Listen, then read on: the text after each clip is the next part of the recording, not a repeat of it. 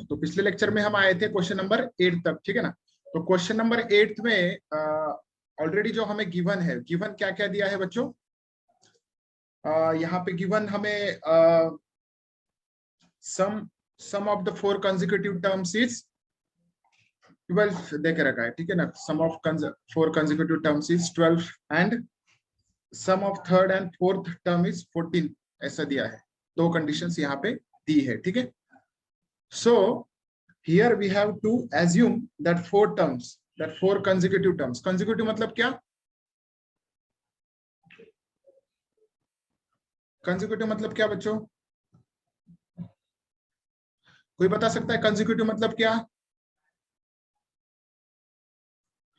Consecutive मतलब एक के बाद एक 4 टर्म्स, ठीक है ना। तो यहाँ पे एक के बाद एक जो 4 टर्म्स है, तो 4 टर्म्स हमें एज्यूम करने हैं। a minus D first term है आपकी, फिर a सेकेंड टर्म है, ठीक है ना। ये वाली जो है a minus D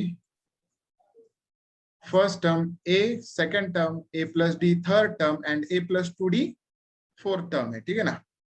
so condition क्या दी है? फर्स्ट कंडीशन क्या दी है आपको कि sum of 4 terms is 12, sum of 4 terms is 12। तो यहाँ पे सीधा सीधा हमने क्या किया, सम निकाली, चारों टर्म्स की सम, मतलब प्लस प्लस करके लिख दिया चारों टर्म्स को हमने, चारों टर्म्स को यहाँ पे हमने प्लस प्लस करके लिख दिया, ठीक है। चारों टर्म्स को हमने यहाँ पे प्लस प्लस करके लिख दिया। a minus d plus a plus d plus a plus 2d equal to, चारों टर्म्स की एडिशन क्या है? 12 है, 12। तो यहाँ पे हमने क्या किया, बाद में ए वाले जो टर्म्स है, मतलब ए जो है ए एक साथ ले लिए, ठीक है ना। तो 4 ए जब मिलेंगे एक साथ तो क्या होगा? ए plus a plus a plus A 4a हो जाएंगे, ठीक है। आवाज आ रहा है सबको? Yes sir. Yes sir. Yes. और यहाँ पे जो है ये वाला जो माइनस डी और ये प्लस डी कैंसिल हो जाएगा, minus d plus d cancel होके यहाँ पे 2d बचेगा। So 2d 4a plus 2d equals to 12। और इसमें हमने क्या किया, थोड़ा मॉडिफाई कर दिया इक्वेशन को। तो यहाँ पे हम 2 से डिवाइड कर सकते हैं इक्वेशन को, तो 4 यहाँ पे भी 2 से डिवाइड किया, ये 2 आ गया। यहाँ पे 2 से डिवाइड किया तो 2 1 2, तो यहाँ पे 1 आएगा। और यहाँ पे 2 से डिवाइड किया तो 2 6 12, तो यहाँ पे 6 मिल गया था हमें, ठीक है। सो ये इक्वेशन 1 मिल गई। फिर सेकंड कंडीशन क्या है? सेकंड कंडीशन वहां पे sum of third and fourth term is 14, ठीक है ना। थर्ड एंड फोर्थ टर्म की एडिशन क्या है? 14 है। थर्ड एंड फोर्थ टर्म की एडिशन क्या है? 14 है। तो यहाँ पे थर्ड टर्म मतलब क्या होती है? According to formula third term मतलब क्या, सॉरी, तो यहाँ पे थर्ड टर्म यहाँ पे आपको ये चारों में से ही लेनी है, ठीक है ना। ये जो चारों टर्म्स दिए हैं, तो यहाँ पे जो थर्ड टर्म है वो क्या है? a प्लस डी है, ठीक है ना। Here third term is a plus D. यहाँ पे देखो ये फर्स्ट टर्म, ये सेकंड टर्म, ये थर्ड टर्म और ये fourth term. So third term जो है a प्लस डी और जो फोर्थ टर्म है a प्लस 2d, दोनों का समेशन कितना है? दोनों का सम इक्वल टू कितना है? 14 है। दोनों का सम यहाँ पे 14 दे के रखा है। तो यहाँ पे a प्लस ए कितना हो जाएगा? 2a हो जाएगा। और ये d प्लस 2d, तो 1d प्लस 2d कितने हो जाएंगे? 3d हो जाएंगे, ठीक है ना। 1d में 2d ऐड कर दिए तो ये 3d हो जाएंगे, ठीक है, इक्वल टू 14। तो इसके बाद फिर ये इक्वेशन 1 और ये इक्वेशन 2 मिल गई थी हमें, ठीक है। फिर हमें क्या करना था? सब्ट्रैक्ट करना है या ऐड करना है? सब्ट्रैक्ट करना पड़ेगा कि ऐड करना पड़ेगा? यहाँ पे देखो सब्सट्रैक्शन। यस, सब्ट्रैक्ट करना पड़ेगा। पूरी बेटा क्या करना पड़ेगा? Subtract sir. यस, सब्ट्रैक्ट करना पड़ेगा, क्योंकि यहाँ पे प्लस 2a है, ठीक है ना। तो जब हम यहाँ पे सब्ट्रैक्ट करेंगे,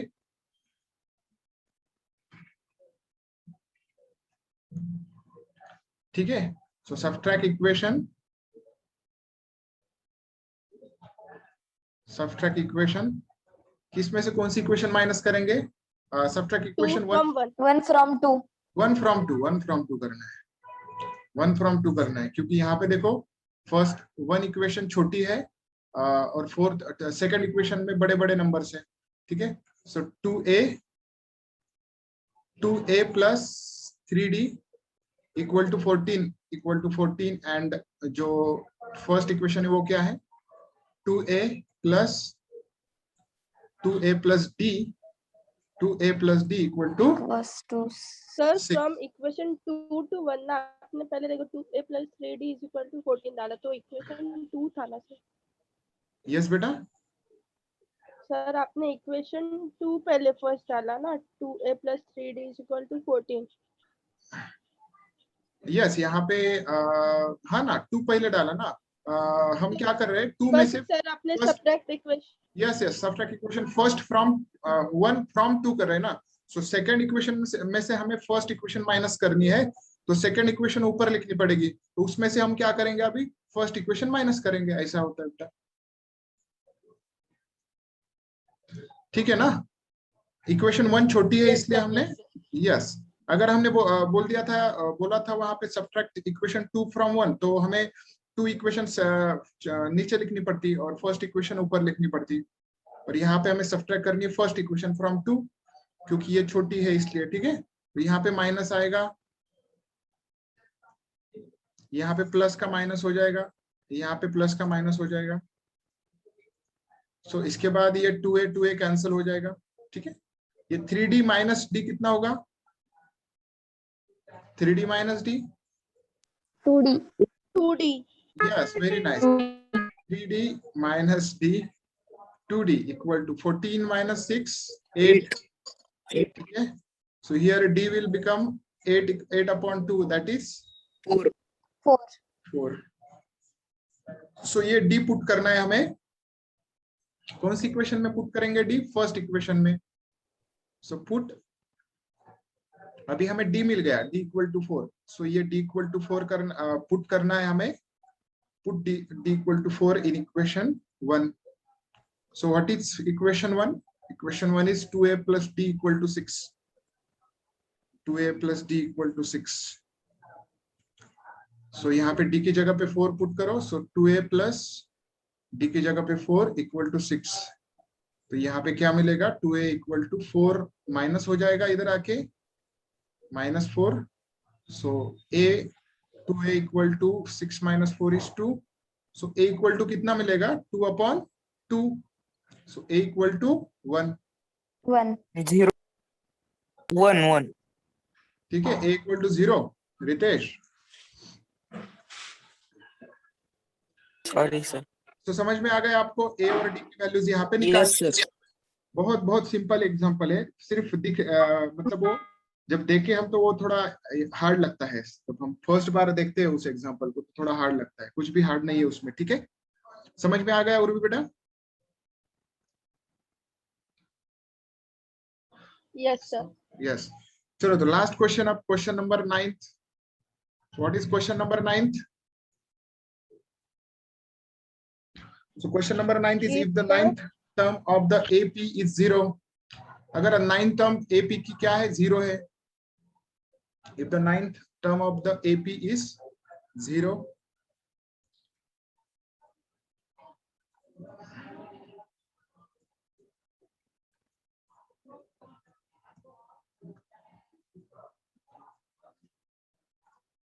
ठीक है, 9th term of an AP is 0, then show that,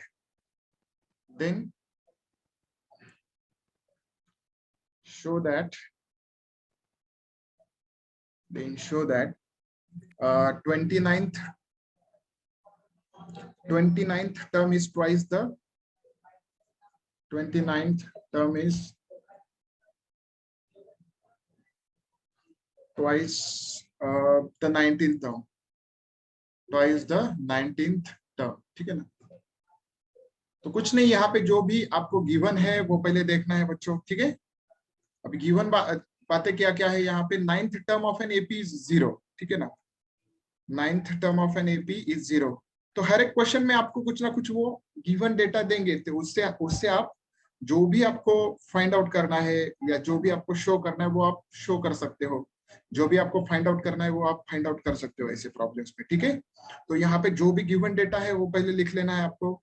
so 9th term क्या आएगी आपकी, सो आपको पहले तो फॉर्मूला लिखना है, फॉर्मूला लिखा तो बहुत अच्छा है, Tn equal to a plus a plus n minus 1 into d, a plus 1 minus 1 into n minus 1 into d। तो यहाँ पे नाइन्थ टर्म क्या हो जाएगी, नाइन्थ टर्म t9, ठीक है ना, t9 equal to, so t9 equal to क्या है बच्चों, 0 है, 0। क्या है, 0 है। सो t9 इक्वल टू क्या, t9 equal to a plus 8d, a plus 8d लिख सकते हैं, ये फॉर्मूला यूज करके हम t9 को ऐसा लिख सकते हैं, a plus 8d, a plus 8d लिख सकते हैं, क्योंकि ये 9, यहाँ पे 9 है तो इधर 8 आएगा, यहाँ पे 7 है तो यहाँ पे 6 आता, वैसे ही यहाँ पे t9 है तो यहाँ पे a प्लस 8d, ठीक है ना, ये फॉर्मूला यूज करके, ठीक है। So a plus 8d equal to क्या है, 0, ठीक है। सो इस इक्वेशन को हम इक्वेशन 1 दे सकते हैं, ठीक है। अब यहाँ पे उन्होंने क्या दिया है कि 29th term is twice the 19th term, तो ये हमें शो करना है, ठीक है ना, ये हमें शो करना है। तो हम 29th टर्म ले लेंगे पहले। सो 29th टर्म क्या आएगी, सो 29th टर्म ये फॉर्मूला यूज करके a प्लस क्या मिलेगी, a plus 29 minus 1। Yes 29 minus 1, so a plus 28d लिख सकता हूं मैं डायरेक्ट, ठीक है। So 29 t29 equal to a plus 28d। So क्या हम इसे ऐसा लिख सकते हैं, अभी ये देखो a प्लस 8d यहाँ पे 0 है, तो हम क्या, यहाँ पे आपको क्या करना है, ये जो है इसे हमें a प्लस 8d में कन्वर्ट करना है। तो 28d को हम क्या लिख सकते हैं, 8 प्लस 20d, ठीक है ना, 8 प्लस 20 लिख सकते हैं 28 को। तो यहाँ पे आपको क्या लिखना है, 8d plus 20d, 8d plus 20d, सो ये t29, ठीक है। सो ये मैंने क्यों लिखा यहाँ पे a प्लस 8d क्यों लिखा, क्योंकि a प्लस 8d यहाँ पे क्या है, हमारे पास 0 है, ठीक है ना, a प्लस 8d की वैल्यू क्या है, 0 है। सो यहाँ पे हम a प्लस 8d की वैल्यू 0 यहाँ पे पुट कर सकते हैं, ठीक है। So 0 plus 20d, so t29, so t29 equal to कितना मिलेगा हमें, 0 प्लस 20d इज 20d। सो यहाँ पे आप लिख सकते हो ब्रैकेट में from equation 1, from equation 1, equation 1 में से ही वैल्यू ली ना हमने, a प्लस 8d क्या है, यहाँ पे 0 है, ठीक है ना, a प्लस 8d हमें गिवन है कि वो क्या है, 0 है, ठीक है ना। तो इसकी जगह पे हम 0 यहाँ पे ले सकते हैं, तो इसकी जगह पे हमने 0 यहाँ पे पुट कर दिया, फिर 0 प्लस कोई भी अगर टर्म ले ले हम, तो वो क्या हो जाएगी, वही टर्म आती है, सेम टर्म आती है, ठीक है। सो t29 इक्वल टू 20d, ठीक है। सो ये आ गया t29, ठीक है। अब कौन सी टर्म है, हमें 19 टर्म है हमारे पास, ठीक है। So 19 term is t19 equal to, ये आ जाएगी a प्लस 18d, ये आ जाएगी a plus 18d। So a plus 18d को भी वैसे ही करना है आपको, a प्लस 8 लिखना है, 8d plus 8 plus 8d plus कितना आएगा, 10d आएगा यहाँ पे। So t19 equal to a plus 8d plus 10d। So 18d को हमने क्या लिखा है यहाँ पे, 8d प्लस 10d लिखा है, ठीक है ना, स्प्लिट करके। तो a प्लस 8d 0 है, हमें पता है, प्लस 10d, ठीक है। So t19 equal to 0 plus 10d। So t19 equal to क्या मिलेगा, 10d मिल जाएगा यहाँ पे, ठीक है, t19 इक्वल टू 10d। तो यहाँ पे आप अगर देखें तो t19 इक्वल टू 10d मिल गया और t29 इक्वल टू 20d मिल गया। तो यहाँ पे हमें दिख रहा है कि ये वाली जो टर्म है t19 है, वो t29 है, वो क्या है, t19 के ट्वाइस है, ठीक है ना, क्योंकि यहाँ पे 10 है, यहाँ पे 20 है, तो 2 इंटू 10 कितना हो जाएगा, 20 हो जाएगा, मतलब ट्वाइस आ रही है 29 टर्म, ठीक है। तो यहाँ पे हम क्या करेंगे, 2 से इसे मल्टीप्लाई कर देंगे, ठीक है। So multiply with 2 on both sides. So multiply by 2 on both sides. So 2 से अगर यहाँ पे हमने multiply कर दिया, twice t19 equal to, so यहाँ पे 2 into 10, डी। सो यहाँ पे हमें क्या मिल जाएगा, 2 into 10 is 20D. So 2T19 equal to 20D. 2T19 equal to 20D. तो इसका मतलब ये जो है 20D क्या है, तो इसे हम इक्वेशन 2 अगर देंगे, T29 equal to 20D. So from equation 2 हम यहाँ पे 20D की जगह पे 2T29 लिख सकते हैं, क्योंकि हमें पता है कि 20D क्या है, T29 है। 20D क्या है, T29 है। तो हम 20D की जगह पे T29 लिख सकते हैं। सो 2T19 इक्वल टू T29, ठीक है, T29 इसकी जगह पे हमने ये लिख दिया, ठीक है, फ्रॉम इक्वेशन 2। ये वैल्यू हमने कहां से ली, फ्रॉम इक्वेशन 2, फ्रॉम इक्वेशन 2। तो आ गया अभी 29th टर्म क्या हो रही है, ट्वाइस हो रही है, ठीक है। तो यहाँ पे हम ऐसा लिख सकते हैं, T29 equal to 2T19। 29th term क्या है, ट्वाइस द 19th टर्म है, ठीक है ना। 19th term. 29th term is twice the 19th term, वही हमें देखना था वहां पे, ठीक है। 29th term is twice the 19th term. तो समझ में आ गया सबको? Yes, sir. सबको समझ में आया? फिर से आप एक बार देख लो तो पूरा समझ में आ जाएगा। जो भी आपको गिवन डेटा यहाँ पे वो हमने लिख दिया था, ठीक है। सबको समझ में आया बेटा? Yes, sir. Yes, sir. Yes, Anandi बेटा समझ में आया? अनुजा, अथर्व, रितेश, साक्षी, सर्वेश, संयम, श्रावणी, उर्वी, वरद, यश, Atharva, Sudarshan, Yes, sir. Sudarshan, Yes, sir. Yes. Yes, sir. यश, वरद, Yes, sir. समझ में आ गया सर। ओके।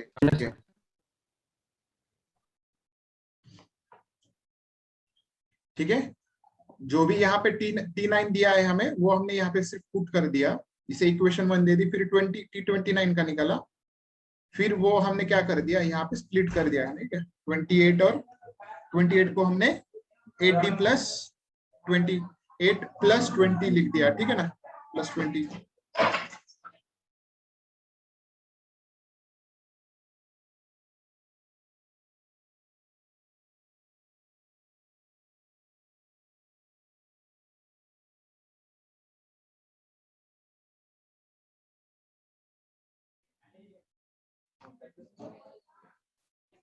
समझ में आ रहा है सबको?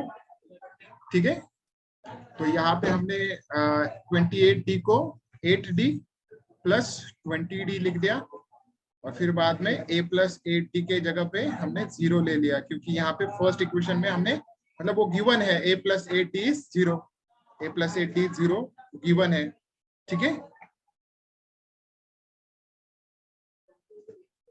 ठीक है ना, a प्लस 8D क्या है, 0 है, हमें वो बात गिवन है। तो यहां से T29 20D आ गया, और T19 equal to a plus 18D, उसे भी ऐसा ही हमने ये कर दिया, स्प्लिट कर दिया, फिर इसकी जगह पे 0 ले लिया, ये 10D आ गया। तो इससे हमें डायरेक्टली पता चल सकता है इक्वेशन 1 एंड इक्वेशन 2 से कि 2 यहाँ पे अगर आपको ये नहीं करना है तो आप यहाँ पे डायरेक्टली भी लिख सकते हो, ठीक है। सो यहाँ पे जो है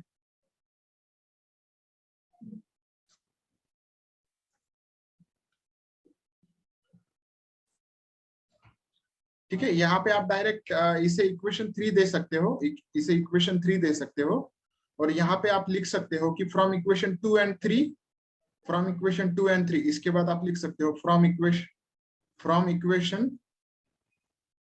2 and 3, from equation 2 and 3 T19 equal to, sorry, T29 equal to twice T19, ऐसा भी लिख सकते हो आप, ठीक है, फ्रॉम इक्वेशन 2 एंड 3। अगर आपको ये मल्टीप्लाई वगैरह करके लिखना नहीं है तो ठीक है, आप यहाँ पे भी लिख सकते हो इक्वेशन फ्रॉम इक्वेशन 2 एंड 3, ठीक है, चलेगा। तो नेक्स्ट, समझ में आ गया, आवाज आ रहा है सबको? Yes, sir. Yes, sir. Yes, sir. Next क्या देखना है अभी? 3.4. यस 3.4। तो यहाँ पे एप्लीकेशन ऑफ अरिथमेटिक प्रोग्रेशन जो नेक्स्ट पार्ट है आपका वो क्या है, एप्लीकेशन ऑफ अरिथमेटिक प्रोग्रेशन। तो जैसे भी हमने फर्स्ट लेक्चर में देखा था लीनियर इक्वेशन इन 2 वेरिएबल में, उसमें भी वर्ड प्रॉब्लम्स थे, ठीक है ना। उसमें कुछ वर्ड प्रॉब्लम था, उसकी हमें इक्वेशंस बनानी थी, 2 इक्वेशंस, और 2 इक्वेशन सॉल्व किया तो वहां पे आपको आंसर मिल जाता था, एक्स का आंसर और वाई का आंसर मिल जाता था। तो जो एक्स रहता था वो एक क्वांटिटी रहती थी और वाई रहती थी वो एक क्वांटिटी रहती थी। सेकंड रितेश बेटा, सेकंड इसमें भी हमें वही करना था, क्वाड्रेटिक इक्वेशन में भी, एप्लीकेशन ऑफ क्वाड्रेटिक इक्वेशन में, उसमें भी वर्ड प्रॉब्लम्स थे। तो वैसे ही सेम टाइप के यहाँ पे भी अरिथमेटिक प्रोग्रेशन में भी कुछ एप्लीकेशन ऑफ अरिथमेटिक प्रोग्रेशन से, ठीक है ना। तो यहाँ पे जो एप्लीकेशंस में जो प्रॉब्लम्स है उसमें का जो सिंपल जो सॉल्व प्रॉब्लम है वो हम पहले देखते हैं, ठीक है ना। जो सॉल्व प्रॉब्लम्स में थर्ड प्रॉब्लम है, देखो एक बार सॉल्व प्रॉब्लम में थर्ड प्रॉब्लम अनवर का निकाला सबने।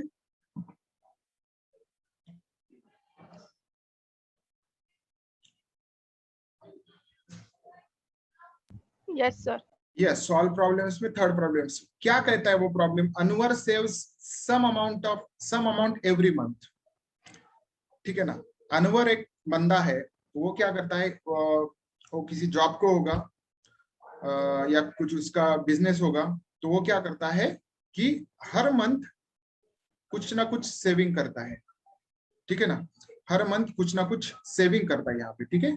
सो in first 3 months he saves ₹200, then second month में ₹250 सेव कर रहा है वो, थर्ड मंथ में ₹300 सेव कर रहा है, और रिस्पेक्टिवली, ठीक है ना। सो फर्स्ट मंथ में 200, सेकेंड मंथ में 250 एंड थर्ड मंथ में उसने सेव किए 300, ठीक है ना। और हमें क्वेश्चन क्या पूछा है कि in which month will he save ₹1000, in which month will he save ₹1000, ठीक है ना। तो यहाँ पे कुछ भी नहीं है बच्चों, ठीक है। यहाँ पे डरना नहीं है आपको क्वेश्चन देख के। तो यहाँ पे आपको जो भी क्वेश्चन दिया है उसमें से कुछ ना कुछ सीक्वेंस यहाँ पे मिलेगा आपको, ठीक है ना। सीक्वेंस मिलेगा, कॉमन डिफरेंस मिलेगा आपको, ठीक है। फर्स्ट टर्म मिल जाएगी, मतलब जो भी गिवन है वो आपको लिखना है। और किसी एग्जाम्पल में कुछ गिवन नहीं होगा, किसी एग्जाम्पल में कुछ गिवन होगा, और कुछ निकालने के लिए आपको बोला जाएगा, ठीक है। तो यहाँ पे आपको क्या बोला है कि 1000 कौन से महीने में, वो in which month he will save ₹1000, कौन से महीने में अनवर ₹1000 सेव करेगा, ये हमें इसमें बताना है बच्चों, ठीक है। तो कोई बता सकता है क्या हो सकता है। अब आप क्या करो, बुक को थोड़ा सा बाजू में रख दो। सो हमारा नेक्स्ट टॉपिक यहाँ पे स्टार्ट हो गया है, that is application of arithmetic progression. Application of arithmetic progression, ठीक है। उसमें सॉल्व एग्जांपल थर्ड हम सॉल्व कर रहे हैं, उसमें सॉल्व एग्जांपल थर्ड हम सॉल्व कर रहे हैं, ठीक है। सो अनवर फर्स्ट मंथ पे ₹200 सेव कर रहा है, सेकंड मंथ में 250, ठीक है, और थर्ड मंथ में 300, ठीक है। अब उसकी जो सैलरी होगी, ठीक है ना, उसकी जो सैलरी होगी या कुछ होगा, उससे हमें कुछ लेना देना नहीं है। यहाँ पे सिर्फ सेविंग की बात हो रही है, तो हम सेविंग पे ही ध्यान देंगे, ठीक है। तो 200 फर्स्ट मंथ में, सेकंड मंथ में 250। तो इससे यहाँ पे देख के आपको क्या समझ में आ रहा है कि फर्स्ट मंथ में 200, सेकंड में 250, थर्ड में 300, तो 50 से बढ़ रहा है ना उसका जो सेविंग है, कितने से बढ़ रहा है, 50। यस 50 से उसका सेविंग बढ़ रहा है यहाँ पे, ठीक है ना।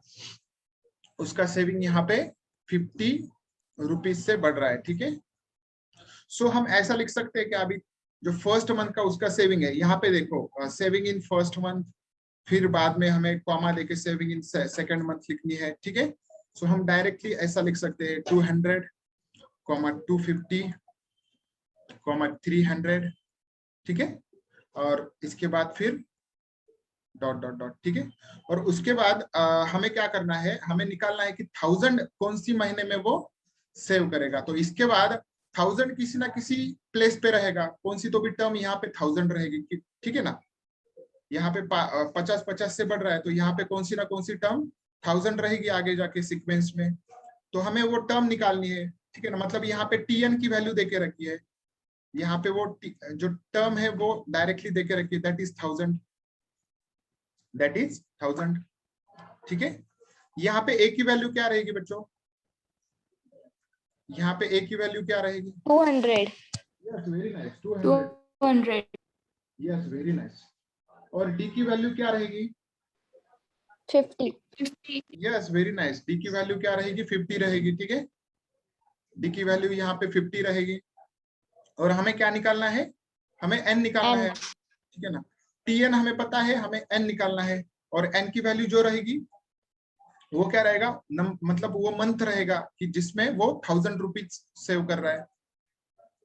ये देखो ना, यहाँ पे फर्स्ट मंथ है, ये फर्स्ट मंथ है, ये सेकंड मंथ है, थर्ड मंथ है। तो ऐसे वो उस नंबर वाला मंथ रहेगा जिसमें वो 1000 सेव कर रहा है, ठीक है। So we know that tn equal to a plus n minus 1 into d, n minus 1 into d। तो tn की जगह पे लिखो 1000 और a की जगह पे लिख दो 200, ठीक है। n हमें निकालना है तो n एज इट इज रखना पड़ेगा। और d है यहाँ पे 50। तो हम क्या करते हैं अभी, 200 को इधर लेते हैं, सबने सॉल्व किए हैं क्वेश्चंस, 200 को इधर ले लिया।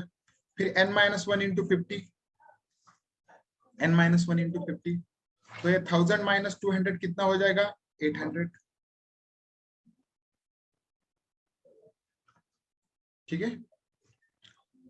ये 1000 minus 200 हो जाएगा 800।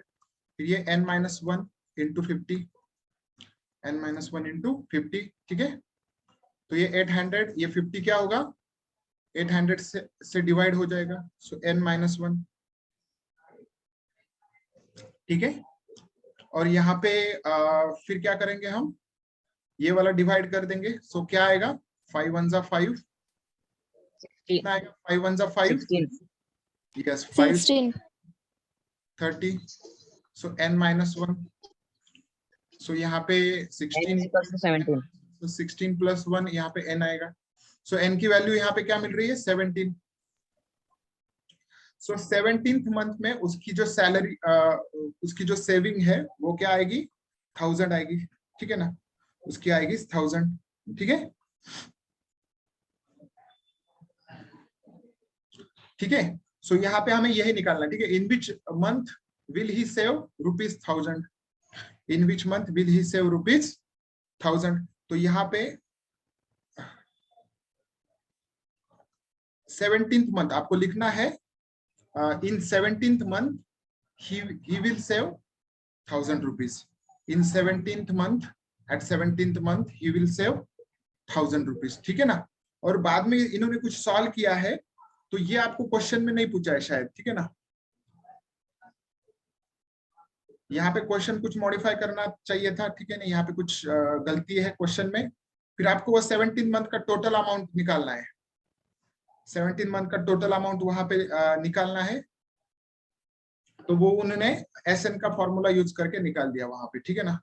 SN का फॉर्मूला यूज करके वहां पे उन्होंने फाइंड आउट किया है, ठीक है। अगर आपको 17th मंथ का उसका मंथ का ये निकालना है, आपको अमाउंट निकालना है कि उसने 17 महीनों में कितना सेव किया, ठीक है ना।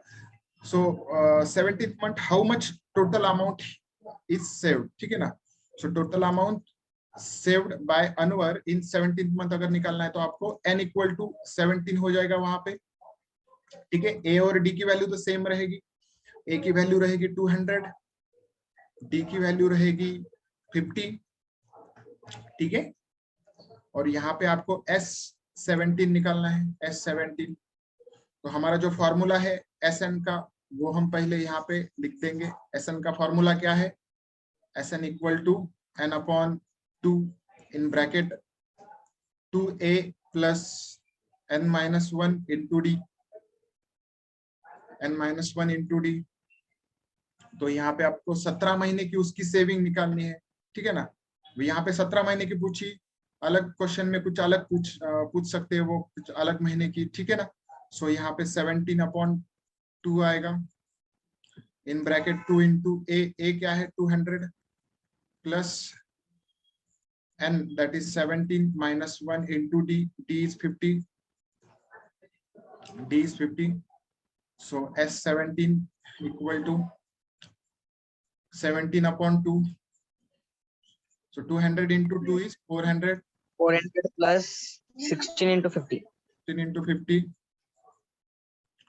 so 17/2 in bracket 400 plus 16 into 50 कितना आएगा 800. 800. 100, so 17/2 ये आ जाएगा 1200, सो 2 से डिवाइड कर दिया तो क्या हो जाएगा 600, तो ये मल्टीप्लाई किया तो क्या होगा 17 6 102 00, यही आंसर है क्या लास्ट में, यस 10200। Yes, sir. तो उसकी जो 17 महीने की जो सेविंग है, तो टोटल सेविंग कितनी रहेगी 17 महीने की, वो रहेगी 10,200. यस 10,200, ठीक है। तो यहाँ पे ऐसे क्वेश्चंस आएंगे बच्चों आपको, ठीक है। सो आपको पता चल गया होगा अभी इसमें कैसे क्वेश्चंस हम कैसे सॉल्व करते हैं।